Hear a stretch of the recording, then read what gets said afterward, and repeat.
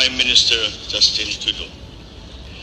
It has been 5 years since we last demonstrated our highest level commitment to ASEAN-CANADA relations, and that was in Manila, commemorating its 40th anniversary. I am fortunate that my first ASEAN-CANADA Summit is once again a celebration and a reflection of 45 years of our relationship. As this important milestone proves to be an opportune time for us to elevate our ASEAN-CANADA relations to strategic partnerships, please be assured of the Philippines' commitment to a more robust and substantial cooperation. ASEAN's long-standing partnership with Canada manifests our dedication to achieving our common goal of peace, security, stability, shared prosperity, and social progress. In the past years, ASEAN and Canada have continued to explore common ground to address traditional and non-traditional security issues, to accelerate our economic cooperation, and to promote the rights of women, children, and migrant workers while expanding our people-to-people ties. Allow me to focus on three main areas. Canada is considered home by over 900,000 fellow Filipinos. And may I say that I have experience of the stories that these people tell me, and it is that they have been assimilated into society and into the workforce so smoothly. And this is completely due to the warmth and the kindness of Canadian people.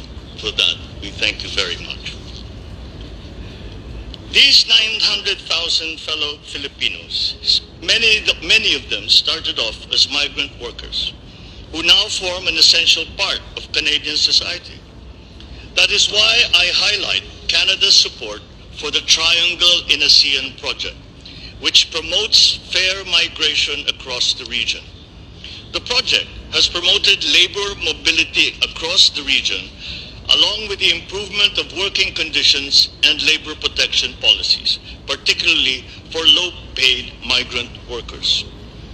The Philippines is committed to working with ASEAN and Canada to deliver on our commitment to protect and promote the rights of migrant workers through various initiatives that have now become available to us.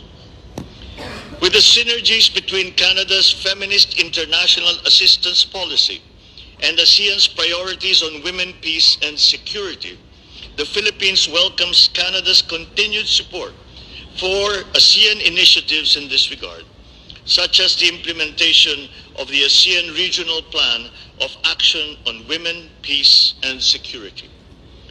This aims to support the upskilling of women and empowering women entrepreneurship, particularly of MSMEs in ASEAN. Our women stand to benefit from Canada's support for ASEAN's digital transformation efforts that are inclusive and enable women to participate in the region's development. Finally, I invite Canada to support the ASEAN Center for Biodiversity. Canada may undertake cooperation with the ACB related to the latter's efforts in preserving ASEAN's varied ecosystems, and also in mainstreaming biodiversity across relevant sectors to increase resilience against climate change impacts